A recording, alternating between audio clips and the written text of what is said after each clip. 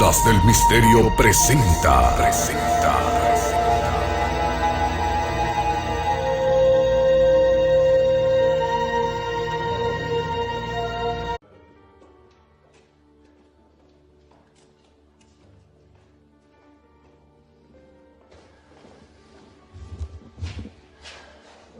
Osiris, Rey, puedes atravesar la Vía Láctea, el Nilo Celeste, y que el más allá te lleve hasta Orión.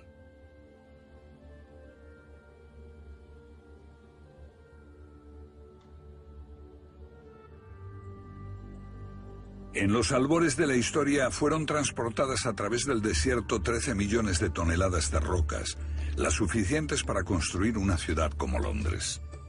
Durante décadas se edificaron enormes monumentos que hacen palidecer a la Catedral de San Pedro o al Empire State Building.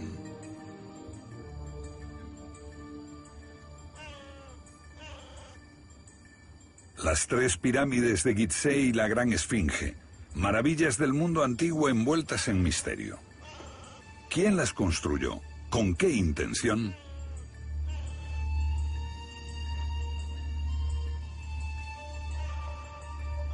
Dicen los expertos que se erigieron hace 4.500 años como tumbas para los faraones. No ven aquí ningún misterio y descalifican a quienes no piensan como ellos. Las pirámides, en general, no son muy populares entre los egiptólogos porque son muy abundantes. Hay un centenar de ellas. Y pienso que también tienen mala fama. ¿Han traído a tantos chiflados? La Gran Pirámide tiene este poder sobre la gente. En mi opinión, tiene el poder de destruir el sentido común. Sobre la Esfinge se han elaborado muchas teorías como esta, pero a todas se las ha llevado el viento. Los egiptólogos tenemos firmes evidencias para decir que la Esfinge data de los tiempos de Kefren, el constructor de la segunda pirámide, y de la meseta de Giza. Pero en realidad, ¿qué solidez tiene la evidencia que relaciona esos monumentos con Kefren, con el rey Keops y con su tiempo? Frank Domingo, experto en identificación policial, comparó la conocida estatua de Keops con la cara de la Esfinge. El manual del detective Domingo para la identificación policial se utiliza en todo el mundo. Sus conclusiones son el resultado de un estudio meticuloso. Después de examinar todas las medidas, ángulos y proporciones, mi conclusión es que la Gran Esfinge de Giza no corresponde al mismo individuo representado en la estatua del faraón Kefren. Desde 1993 la autoridad de los expertos ha sido cuestionada. Una nueva clase de investigadores, aplicando métodos de alta tecnología, desafía las opiniones aceptadas con pruebas que no pueden ser fácilmente rebatidas. Lo que se cuestiona es toda la historia de la civilización. Es posible que no haya ido en línea recta desde el estúpido hombre de las cavernas hasta nosotros, los listos, con nuestras bombas de hidrógeno y nuestra pasta de diente con rayas. No tengo dudas de que los egipcios fueron los herederos de unos conocimientos y una sabiduría más antigua. Es absurdo sugerir, como hacen los egiptólogos, que esos monumentos fueron creados en los orígenes de una civilización. Esos monumentos son el final de algo, no el comienzo de algo. Tenemos el enorme interés astronómico de las pirámides y los alineamientos estelares de los canales de ventilación. Estas claves nos están diciendo que la respuesta no está aquí, sino allí. Opuestos a la egiptología convencional, Robert Bauval y Graham Hancock no buscan objetos en el suelo. Su arqueología emplea computadoras para reconstruir el cielo de otras épocas. Mira, es realmente asombroso. Este conjunto se aproxima al año 10.500 a.C. El investigador John West aplicó la geología para llegar a una conclusión similar. Esa ciencia indica que la Gran Pirámide de Gizeh estuvo expuesta a intensas lluvias durante siglos y estas dejaron de caer hace miles de años. Para consternación de los egiptólogos, algunos geólogos apoyaron a John West. El periodista Paul Roberts cubrió este debate. West es la peor pesadilla de los académicos, porque llega con un plan bien desarrollado, bien presentado, descrito con coherencia, maravillosamente escrito y lleno de datos que no puedes refutar, y les rompe sus esquemas. ¿Cómo afrontar este desafío? Lo ignoran. Esperan que pase, pero no pasará. La erosión estuvo siempre a la vista de todos. ¿Por qué nadie la vio antes? Bueno, nadie buscaba eso. Es como si estás buscando patatas. Puedes recorrer un campo lleno de diamantes y ver una cantidad de asquerosas piedras brillantes donde querrías hallar patatas. La geología fue ignorada, nadie la buscaba y nadie la encontró.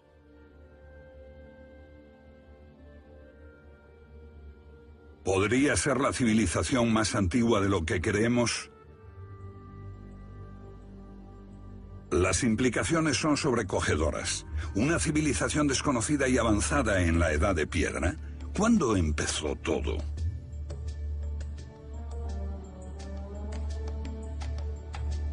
Los egiptólogos fijan la fecha en torno al año 3000 a.C., cuando se produce el comienzo repentino de la historia de Egipto. Nos dicen que antes solo había en el desierto unos hombres primitivos de la Edad de Piedra, los pobladores del Valle del Nilo. Los egiptólogos cuentan con pocos medios para establecer la cronología del antiguo Egipto, pero esta es una de ellas. La lista de los reyes de Abidos. Y vemos aquí al faraón Seti diciéndole a su hijo Ramsés II, mira hijo, aquí están todos los reyes de Egipto, desde Menes, el primer rey de la primera dinastía. Pero los egiptólogos se detienen aquí, en el 3000 a.C., y no toman en cuenta el otro lado de la pared. Allí Seti le dice a su hijo Ramsés, esto es lo que pasó mucho antes del reinado de Menes, hace miles de años, cuando la tierra de Egipto estaba regida por dioses y semidioses.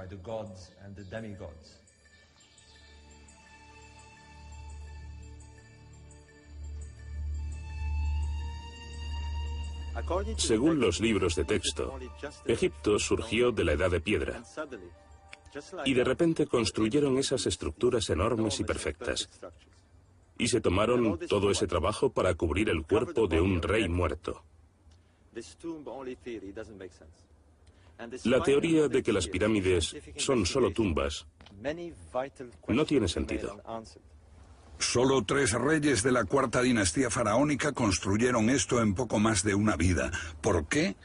En cierto modo, estos monumentos parecen surgir de pronto desde un agujero negro de la historia de la arquitectura. Esta montaña de escombros fue dejada por la tercera dinastía. Esos cascotes pertenecen a la quinta. Es como si en la tercera dinastía se fabricara el modelo Ford T, en la cuarta el Porsche, y en la quinta, por una extraña razón, volvieran al velocípedo.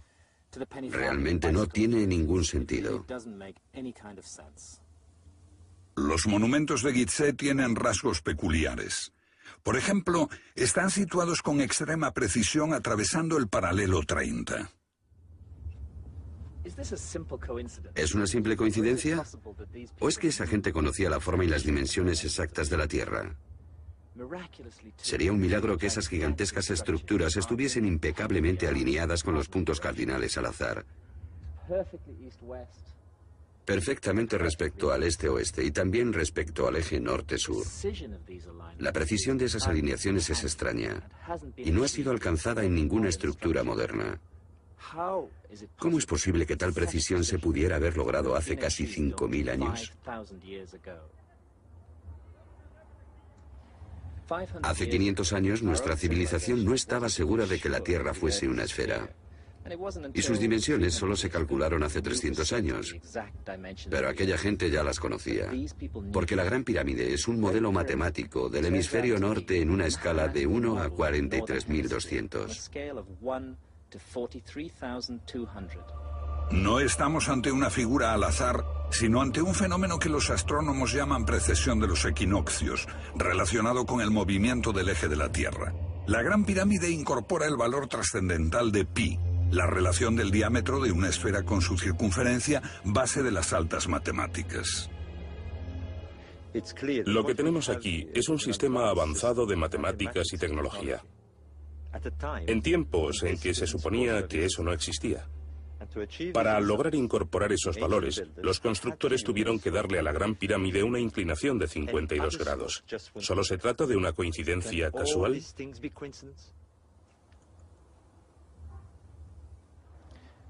La precisión de estos monumentos es casi obsesiva. Midamos la Gran Pirámide. El promedio de variación en la longitud de los lados es de apenas 5 pulgadas. Estamos hablando de un error de una sola milésima. Esta increíble precisión exigiría hasta el límite las capacidades de los equipos de construcción moderna.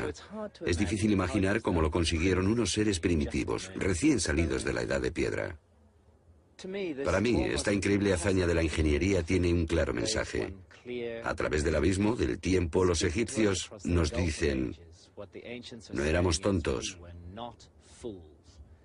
No éramos unos papanatas bailando al son de sacerdotes supersticiosos. Vean nuestros conocimientos y precisión. Nada hicimos por casualidad. Deben tomarnos en serio. Pero según muchos egiptólogos, los constructores de pirámides apenas merecen ser tomados en serio por su precisión. Utilizaban rampas primitivas, trabajadores esclavos e incluso no podían resolver dónde enterrarían al rey muerto. Abajo se halla esta cámara subterránea. El consenso académico la considera la cámara funeraria original y creen que fue abandonada para construir esta otra, a 40 metros de altura. El cambio de planes sobre la marcha les hizo dejar de lado esta cámara porque, según los egiptólogos, ellos procedían empíricamente por ensayo y error. Veamos ahora las junturas. No cabe ni siquiera una cuchilla de afeitar. Sin duda, esto es la muestra de una muy alta tecnología y de una meticulosa planificación. No fueron gente que emplease trabajo esclavo ni que cometiera este tipo de errores. Y sin duda, no cambiaron de opinión sobre dónde situar una cámara dentro de una pirámide. Modificar el diseño interior una vez es una locura. Hacerlo 2 veces es sencillamente inconcebible.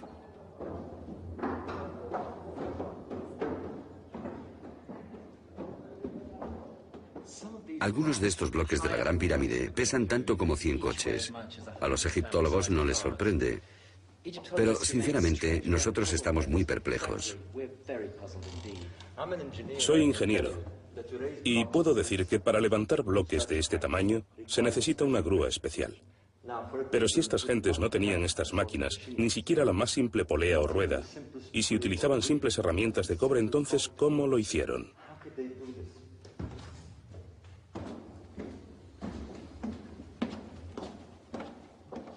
Los libros de texto dicen que estas pirámides eran tumbas reales, como todas las otras, pero no se hallaron momias dentro de Gizeh ni inscripciones. Nada. Además, los reyes de la Cuarta Dinastía construyeron 2 pirámides. ¿Por qué? ¿Acaso pretendían ser enterrados en ambos lugares a la vez? ¿Y por qué ninguno de ellos dejó inscripciones? ¿Por qué ninguno dejó claro que él era el propietario de esa tumba? Pregúntese esto. Si uno construye la tumba más grande de la historia, después de décadas de gastos y esfuerzos, ¿dejaría al mundo preguntándose sobre su identidad? ¿No será que hay algo más en todo esto que tumbas y solo tumbas? ¿Podría este conjunto formar parte de un esquema muy diferente?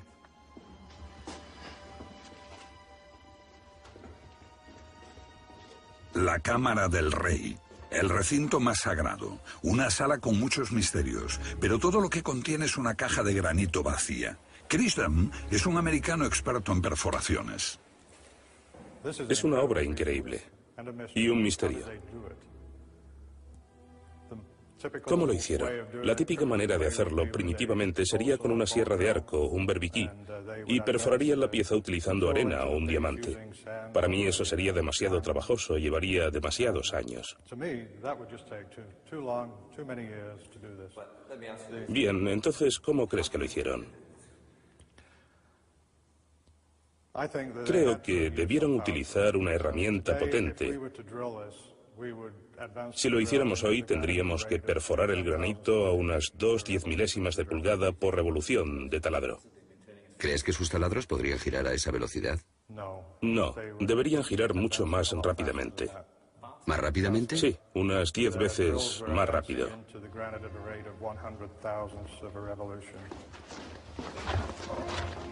Herramientas avanzadas parece una conclusión bastante audaz. El misterio persiste. Los antiguos podían cortar el granito e incluso la diorita, la piedra más dura de la naturaleza, como si fuese mantequilla, y agujerear el interior de jarrones de diorita, algo que no han logrado las herramientas modernas. Mira qué suave. ¿Cómo lo hicieron? Mira qué estrecha. Mira esto. Todo liso, ¿eh? Perfectamente ajustado. Una obra magnífica. Pero la Cámara del Rey plantea otro enigma. Este es un misterio mayor. Atravesando estas paredes y adaptados con extrema precisión están estos estrechos canales. Eran solo de ventilación, según los egiptólogos.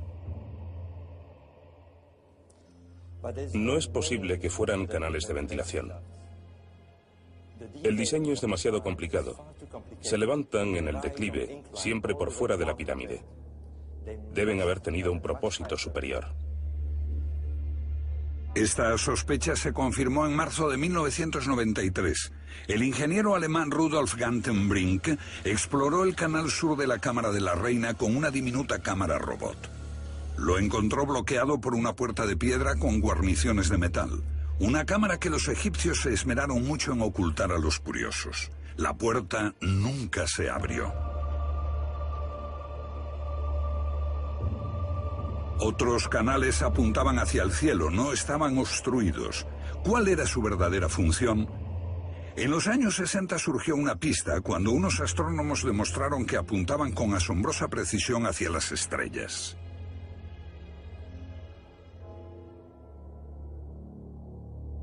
Este canal apuntaba a Alfa Draconis, la estrella polar en el tiempo de las pirámides. Otro a la Osa Menor. ¿Podría la astronomía arrojar luz sobre este enigma? La arqueología en general sabe poco del comportamiento de las estrellas. Los expertos eran escépticos. Los expertos dicen que los egipcios no tenían un gran conocimiento de astronomía. Pero aquí está la prueba de su fascinación y gran conocimiento del cielo. Mira las constelaciones del zodíaco. Leo, Tauro, Piscis, y aquí la constelación de Orión y la estrella Sirio.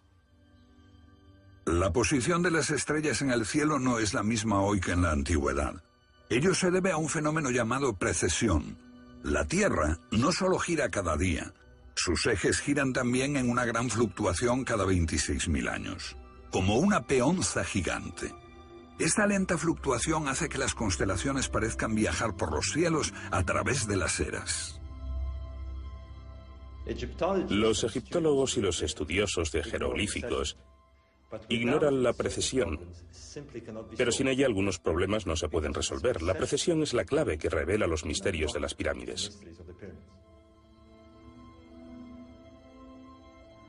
La precesión cambia la altitud de las estrellas mientras giran en el cielo cada noche. Quien pudiera observar pasar los milenios por encima de su cabeza, vería salir y ponerse las constelaciones siguiendo un ciclo de 26.000 años, marcado por el vaivén de la Tierra. Esta constelación, Orión, fue un dios para los egipcios y puede explicarnos por qué hicieron los canales de la Gran Pirámide. Para los egipcios, Orión era Osiris, el dios de la resurrección. Entonces, esta es una reconstrucción del cielo en el 2500 a.C. Y veamos qué ocurre en el cinturón de Orión cuando cruza la línea norte-sur. El canal de la Cámara del Rey apuntaba a Orión, el dios Osiris. A la izquierda de Orión, aquí, está Sirio. Para los egipcios era la estrella de Isis, la esposa de Orión. Y fue maravilloso descubrir esto. Si este canal de la Cámara del Rey apuntaba a Orión, el canal de la Cámara de la Reina apuntaba a Sirio, a la diosa Isis. Los egipcios hicieron canales hacia las estrellas, sendas para llegar hasta Osiris e Isis, sus dioses de la resurrección. Para los egipcios, la llegada de Osiris y su consorte Isis miles de años antes del comienzo de la historia anunciaba el nacimiento de Egipto. Lo llamaron Tep-Tsepi, el comienzo del tiempo, cuando Isis y Osiris crearon el Nilo, la tierra y su gente, y trajeron los frutos de la agricultura, el conocimiento, la generosidad, la belleza. Set, hermano de Osiris, siente celos de su felicidad y mata a Osiris. Corta su cuerpo en 14 pedazos y lo esconde en los sitios más oscuros. La tierra se sume en la violencia y el terror.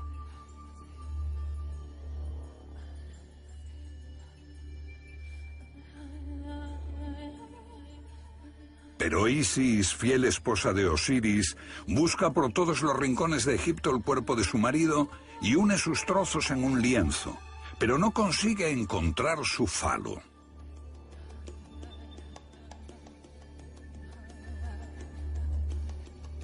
Entonces Isis coloca un falo artificial en la momia, se transforma en un ave y coge la semilla de su marido muerto. Y Osiris resucita una nueva vida en las estrellas. Ambos reinan en los cielos de la noche para la eternidad, soberanos de la Duat, el mundo de la vida tras la muerte, y dioses de la resurrección.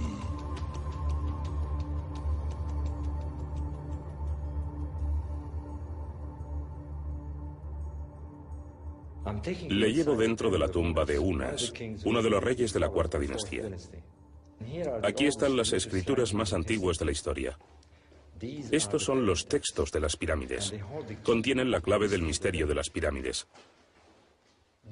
El significado de estos textos está casi olvidado, porque los egiptólogos lo interpretan como símbolos de una religión solar. Pero esta no es una religión del día y la vida. Es una religión de la noche y la muerte.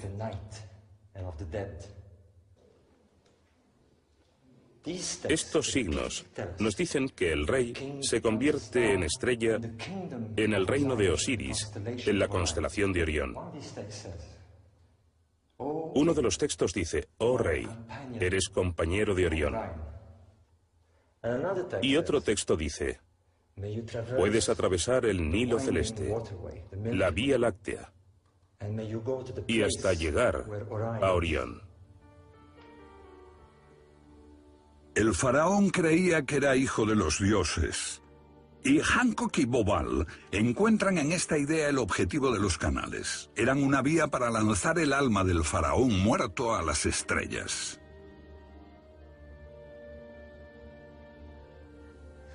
Entonces, cuando moría un faraón, su cuerpo era momificado y preparado como Osiris, y su alma estaba lista para subir al cielo.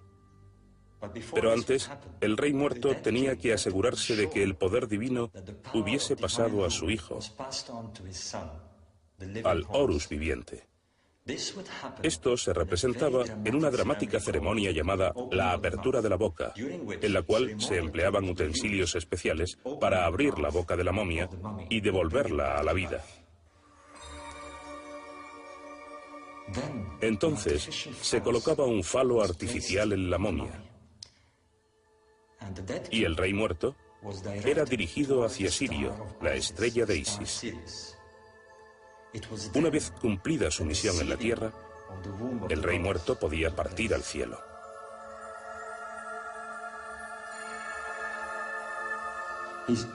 En efecto, lo que tenemos aquí es una representación del mito de la resurrección de Osiris, expresada en términos estelares.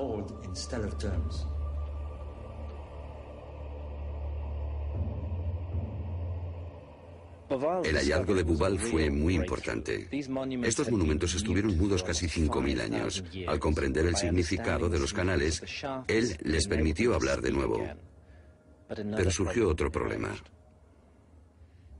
Todo esto da fe de un gran plan unificado, un plan maestro. No obstante, hay algo muy desconcertante en el plan. Tenemos 3 pirámides. 2 tienen casi el mismo tamaño y están situadas en línea diagonal. Pero la tercera es más pequeña y no se halla en la misma línea. ¿Por qué? ¿Qué intentaron expresar sus constructores? El constructor fue Menkaura, o Micerinos, hijo del faraón Keops. Pero ¿por qué, si él era tan rico y poderoso como su padre, se conformó con una pirámide más pequeña y situada a la izquierda? Este problema me había intrigado durante años. Luego, una noche, sentado en el desierto con un amigo, él me estaba explicando cómo saldría Sirio y señaló el cinturón de Orión justo encima.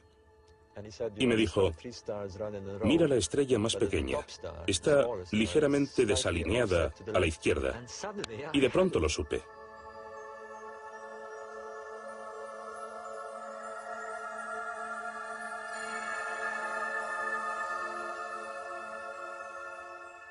Descubrir la correlación entre las pirámides y el cinturón de Orión fue solo el comienzo. Bobal buscaba más evidencias. Descubrió que los egipcios habían dado nombre de estrellas a otras 2 pirámides de la cuarta dinastía. Una a Abu-Rubash y el otro a Zahuetalarian. Entonces vio el plan completo, un descubrimiento asombroso. La constelación de Orión, el dios Osiris, estaba representada en la Tierra. Pero algo no encajaba. Los egipcios relacionaban el Nilo con la Vía Láctea y las pirámides con Orión. Pero su equivalente en la Tierra no reflejaba la posición exacta de las estrellas en el año 2500 a.C., cuando se construyeron las pirámides de Gizeh.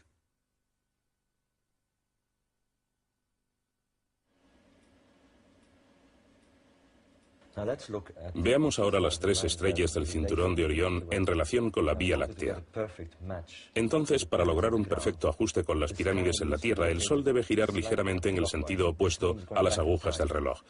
Esto significa ir atrás en el tiempo, 3000 a.C., 4000, 5000. Recrear el pasado significa también penetrar en los mitos. Este es Osiris, el primer faraón divino que reinó en la tierra de Egipto. Murió y renació, asistido por su hijo Horus. Estos son los dioses del tiempo primero, del Tep-Sepi. Pero la cuestión es,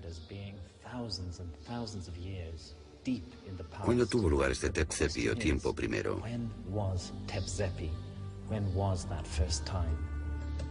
La precesión de las estrellas también tiene un tiempo primero. Este es el comienzo de su lento ciclo precesional, cuando inician su ascenso en el cielo. El tiempo primero de Orión tuvo lugar en el 10.500 a.C. Esta es la fecha hacia la cual se dirigía Bobal retrocediendo en el tiempo. 7000, 8, 9, 10. Y en el 10.500 a.C., en ese año logramos un perfecto ajuste. Es absolutamente asombroso. La disposición corresponde al 10.500 a.C. Las pautas en el cielo y en la tierra se unen con misteriosa precisión en ese tiempo primero de Osiris, cuando Orión comienza su ascenso en el 10.500 a.C. ¿Trataban los egipcios de señalar el tiempo primero de sus mitos? ¿Su Tep-Sepi, cuando Osiris reinaba como su primer faraón divino? ¿Tuvo lugar su génesis en el 10.500 a.C.?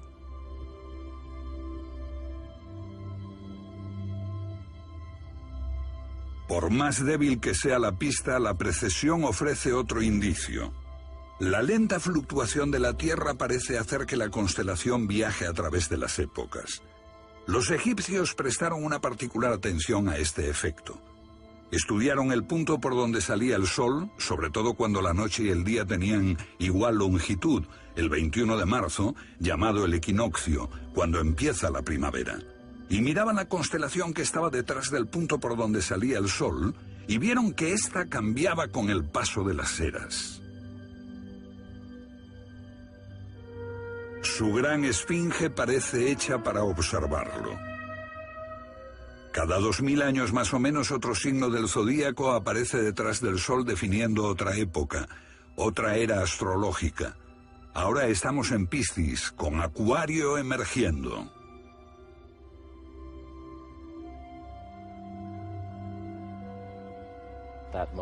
Ese momento era de enorme importancia para los egipcios.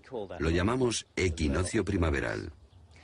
Cuando se supone que se construyó la Esfinge, en el 2500 a.C., el sol salía en la constelación de Tauro.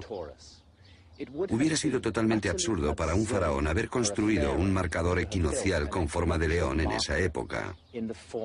De hecho, existe solo una época en que hubiera sido apropiado para la Esfinge su construcción con la forma que tiene. La era de Leo, que empezó en el milenio 11 a.C. Un tenue rastro de claves que llevan a la prehistoria, a la edad de piedra, miles de años antes del nacimiento de la civilización. ¿Se trata de una conclusión forzada? Quizá. Pero otro investigador con un enfoque diferente llega a una conclusión similar. John West, escritor y egiptólogo independiente, descubrió que las rocas erosionadas por el agua de este lugar tienen exactamente la misma forma que el lecho de rocas gastado por el tiempo de la Esfinge y su foso. No se precisa ser geólogo para mirar y ver lo que pudo haber causado ese tipo de desgaste del tiempo. Solo el agua cayendo en torrentes sobre la pared del recinto pudo producir esos contornos redondeados.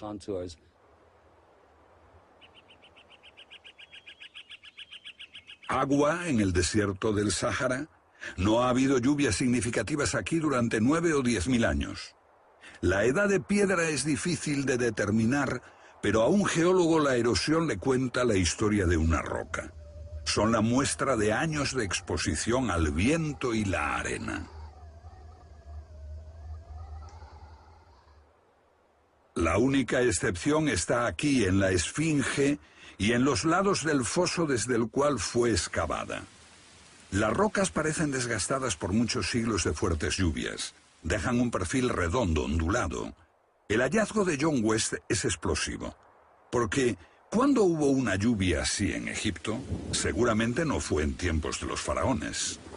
Pero si se piensa en el agua de Egipto, ¿no podrían haber causado el mismo efecto las inundaciones del Nilo? No, absolutamente no, porque las inundaciones del Nilo vendrían desde abajo, y si fuesen inundaciones habría un modelo de erosión diferente. Las paredes estarían hundidas. En otras palabras, se hubiese producido una enorme erosión por debajo, no por encima, y tampoco veríamos esas profundas fisuras. Los geólogos encontraron acertados los argumentos de West y le dieron la razón en la disputa con los egiptólogos, que hasta hoy no encuentran apoyo para respaldar sus conclusiones. Aquí estamos, viendo una parte de las primeras restauraciones. Se ve que se necesitaron bloques de 1 metro aproximadamente para reparar sus rasgos originales. Se nos dijo que esa restauración se hizo unos 300 años después de tallar la Esfinge. Entonces surge una pregunta. ¿Por qué fue necesaria una reparación de más de 1 metro en el curso de solo 300 años? Los egiptólogos insisten en que la piedra con que está hecha la Esfinge es de tan mala calidad que el tiempo la desgastó en solo 300 años. Esto plantea otro problema. Si la piedra es de tan mala calidad y la Esfinge se talló hace 4.500 años, quiere decir que, a razón de 1 pie de erosión por siglo, la Esfinge habría desaparecido hace unos 500 años. Y no ha sido así.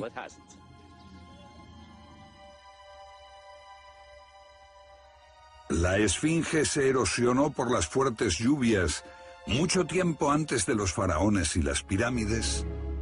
¿Cuándo cayeron esas lluvias en Egipto? Aunque hubo otros periodos de lluvia, solo destaca una época. Y curiosamente, el periodo enlaza con el mismo tiempo que Bobal y Hancock han propuesto con su arqueología astronómica, ese remoto tiempo primero al que se refieren los antiguos mitos.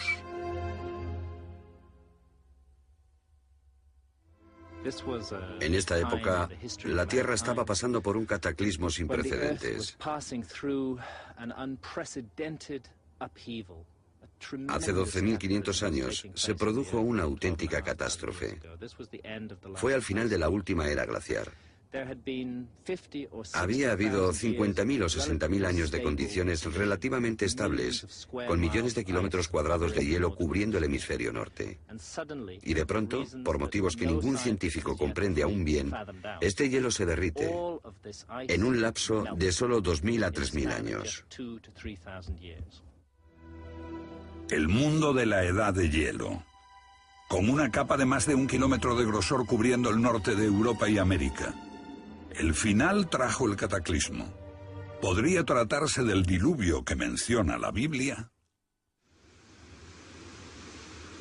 Egipto sufrió profundos cambios al final de la era glaciar, sobre todo en el 10.500 a.C., cuando unas inundaciones excepcionales cubrieron el terreno de aluvión. Esto arrasó el valle del Nilo y el delta en general.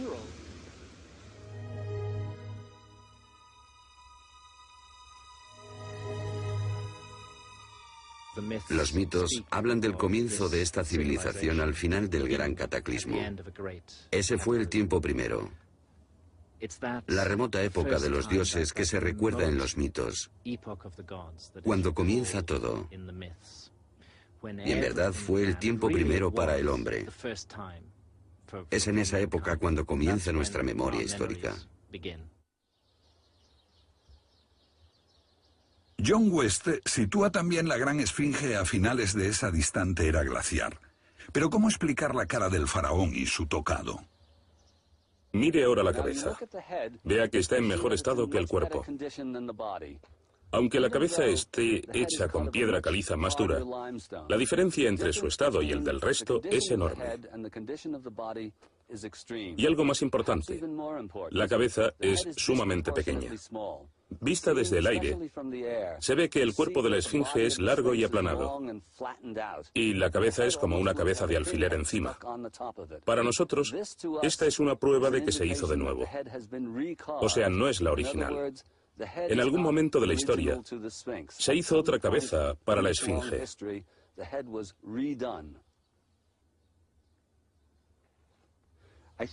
Creo que la historia de la esfinge es más o menos así. Hace mucho tiempo, antes de que Egipto fuese un desierto, la meseta de Giza era una fértil sabana, y su margen era un gran afloramiento de roca natural. Un grupo desconocido de escultores, aprovechándose de esta posición, talló en la roca un rostro gigante. Podría haber sido la cara de un dios o de un león.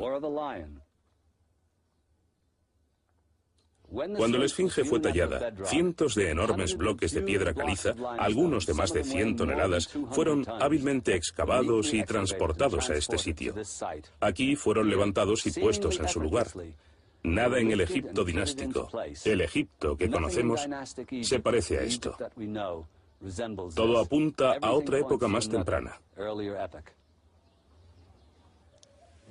Pasó el tiempo. El cambio de los patrones meteorológicos trajo lluvias torrenciales a esta zona, marcando el fin de la edad de hielo. Las lluvias desgastaron al león, que quedó como lo vemos hoy. Cuando cesaron las lluvias, las fértiles sabanas se convirtieron en desierto. La arena llevada por el viento enterró la estatua hasta el cuello. Durante miles de años protegieron el cuerpo y sus rasgos del desgaste del agua. Pero ¿qué pasó con la cara? Siguió erosionándose y reduciéndose de tamaño. Posiblemente se volvió a tallar. Los reyes de la cuarta dinastía que construyeron las pirámides en torno al 2500 a.C. descubrieron la esfinge y la reconstruyeron. El faraón Kefren no construyó la esfinge, la restauró. ¿Hubo o no hubo un génesis temprano para Egipto y la civilización humana? Estos monumentos han visto pasar los milenios guardando su secreto en majestuoso silencio. Bobal y Hancock ven los cielos y las constelaciones reflejados en ellos. Ven a los antiguos astrónomos dejando testimonio de una asombrosa época pasada. Desde Gizeh, los astrónomos se enfrentaban a un horizonte de 360 grados que invitaba a la observación de los puntos de salida del Sol y las estrellas. Otra dirección que llamaba su atención era la línea norte-sur, porque dividía el cielo justamente sobre sus cabezas, como el Nilo dividía la tierra. En el 10.500 a.C., cuando las 3 estrellas del cinturón de Orión cruzaban la línea, lo hicieron siguiendo un modelo que encajaba perfectamente con la posición de las 3 pirámides de Gizeh. Otro detalle. Veamos el horizonte de Gizeh, donde se ocultaría Orión en el 10.500 a.C. Los observadores lo veían aquí, donde el cinturón de Orión está marcado con extraordinaria precisión por 3 pequeñas pirámides, estableciendo exactamente dónde se ocultaban esas estrellas en torno al 10.500 a.C. Pero si crees que esto puede ser una coincidencia, hay más. Veamos un día mágico del año, cuando el paso norte-sur de las 3 estrellas del cinturón coincidían exactamente con la salida del sol. En este día especial, en el 10.500 a.C., el sol saldría por el este, directamente en línea con la Esfinge, coincidiendo con la constelación de Leo. Aquí está la constelación de Leo, saliendo por el horizonte. Y aquí está el sol. Así que es en este tiempo, en la era de Leo, cuando la Esfinge contemplaba su propia imagen en el cielo.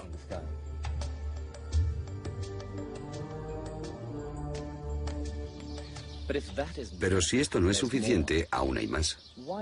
¿Por qué está desplazada la Esfinge hacia la derecha del eje principal este-oeste de esta pirámide? ¿Y por qué está esa calzada inclinada hacia el sur? Los constructores no hicieron nada al azar. Entonces, ¿cuál es el significado de este curioso desplazamiento? La calzada tiene 14 grados de desplazamiento y la Esfinge está ligeramente a la izquierda. ¿Por qué? La computadora tiene la respuesta.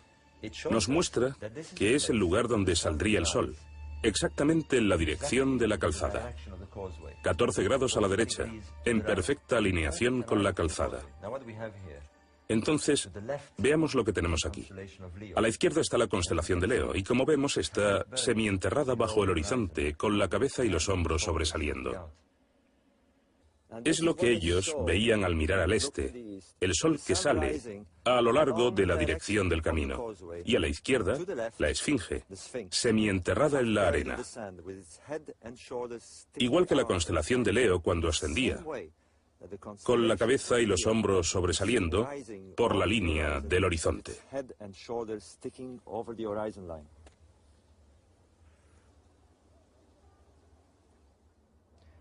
La Esfinge y las pirámides se enlazan para formar un gigantesco holograma astronómico del cielo de Egipto cerca del año 10.500 a.C. En esa época, y solo en esa época, los cuerpos celestes clave están representados con impecable precisión, vistos desde cualquier ángulo y dirección. Cuando recordamos la misteriosa precisión con que trabajaron los constructores de pirámides, es imposible atribuir tal complejidad a la coincidencia. Lo que aquí tenemos es un sólido y deliberado marcador del tiempo para la época del 10.500 a.C., casi 8.000 años antes de cuando se supone comenzó la civilización egipcia.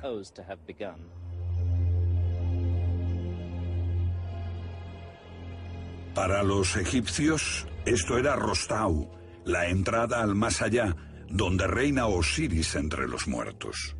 Una entrada para que los faraones muertos resucitaran en las estrellas.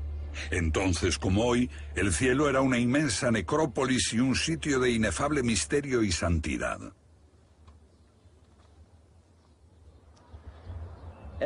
Toda civilización alude a una creación a través de un mito, un comienzo, pero los egipcios eran muy claros sobre lo que había sucedido en el principio. Nos dicen que la tierra estaba toda cubierta de agua y que la tierra física, material, surgió del agua y tuvimos un montículo primitivo donde se inició la creación, donde hubo un primer amanecer, una primera salida del sol. Es como si el rey que construyó esas pirámides estuviera representando ese momento, ese tiempo de los dioses. Sería normal querer fijarlo en una expresión grandiosa. Creo que si hay un montículo primitivo, es esto, Gizeh. Sin duda, los textos se refieren al sitio de Gizeh en Heliópolis como el lugar donde se inició la creación. Quizá deberíamos entenderlo literalmente. ¿Y qué más se debería esperar para celebrar ese fantástico momento de la creación que este tipo de monumentos? Creo que la esfinge puede representar los restos físicos de una civilización perdida que alcanzó este lugar hace 12.500 años.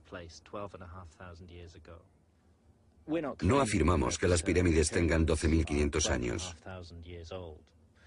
Lo que sostenemos es que las pirámides hablan de ese tiempo lejano.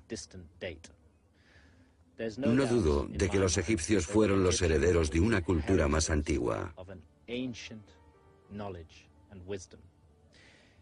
Es absurdo sugerir, como hacen los egiptólogos, que estos monumentos fueron una creación de una civilización en sus inicios. Hay un enorme conocimiento y sabiduría en estos monumentos. Este complejo, para mí, es el final de algo, no el comienzo.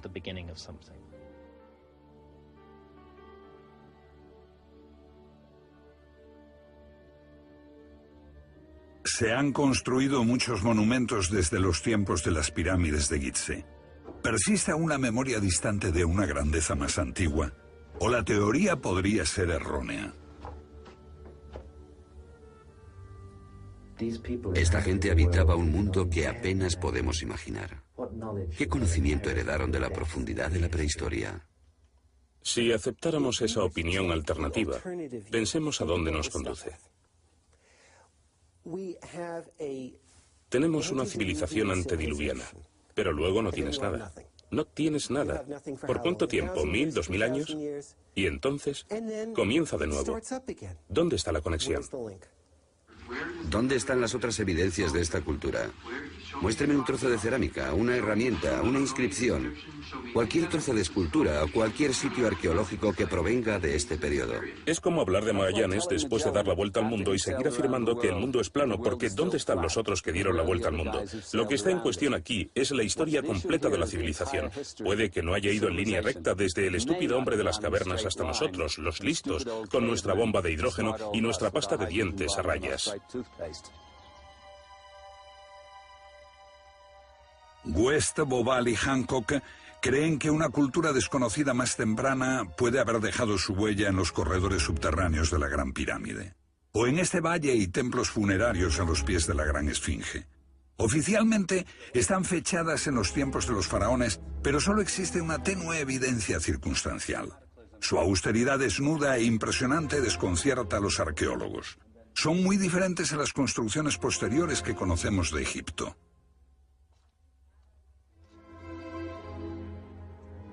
¿No estarían enterrados los restos de tal civilización a mayor profundidad?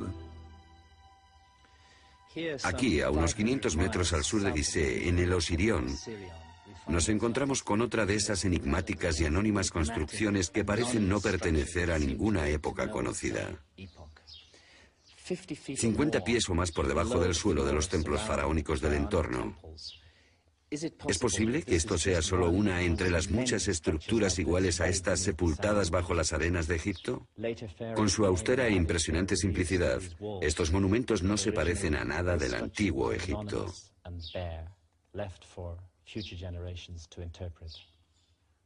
A la gente le gusta imaginarse cosas. Conoces al señor West y a Bobal y al señor X y Z. Toda esa gente viene por un día o dos a la meseta y elabora una teoría y la publica. La teoría extravagante tiene que ser fantástica, porque si haces una teoría fantástica harás dinero y serás famoso. Y eso es lo que hicieron realmente West y Bobal. El dinero no es la cuestión. Vengo haciendo esto desde hace 20 años sin ganar un céntimo. Llegamos al fondo de la cuestión. El objetivo es descubrir la verdad, y se necesitan varias disciplinas. Por ejemplo, geología y astronomía. No creo que la egiptología se sienta capaz de asumir la tarea. Llega a un sitio como este con una visión unidimensional, con una perspectiva estrecha. Pero ese estrecho embudo es un grave prejuicio para la humanidad, porque impide que se hagan nuevos descubrimientos.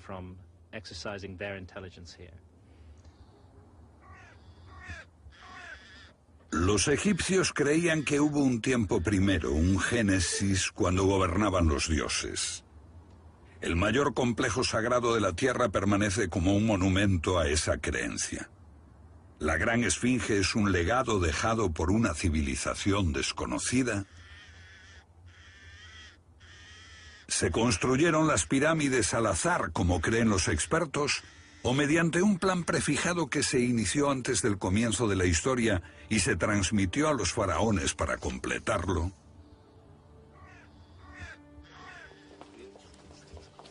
Los antiguos creían en un legado así, como lo creen hoy Bobal y Hancock. Hay, por ejemplo, una pista para aclarar el misterio aquí en las tumbas del Museo de Berlín. Es como un mapa del tesoro, incluso con una X, pero sin las señales suficientes para descubrir dónde están enterradas las monedas de oro.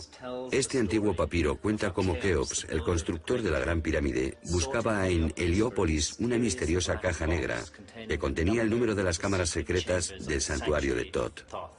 ¿Qué era este cofre de Thoth?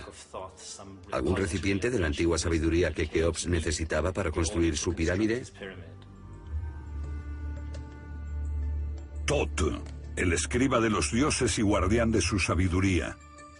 ¿Un cofre perdido con conocimientos de un pasado aún más remoto? ¿Podría ese cofre estar oculto tras esta puerta secreta de la Gran Pirámide? Considerando el esmero con que lo ocultó, Keops debe de haberlo considerado de suma importancia. ¿O está el secreto oculto aquí, donde John West exploró con un sismógrafo? Nuestro sismógrafo reveló que justo aquí donde estoy, entre las patas de la Esfinge, hay una gran cámara subterránea de unos 12 metros por 15 de forma rectangular, 5 metros por debajo de la superficie del lecho de piedra. Como detectives autodidactas, estos hombres encuentran huellas que desafían los dogmas.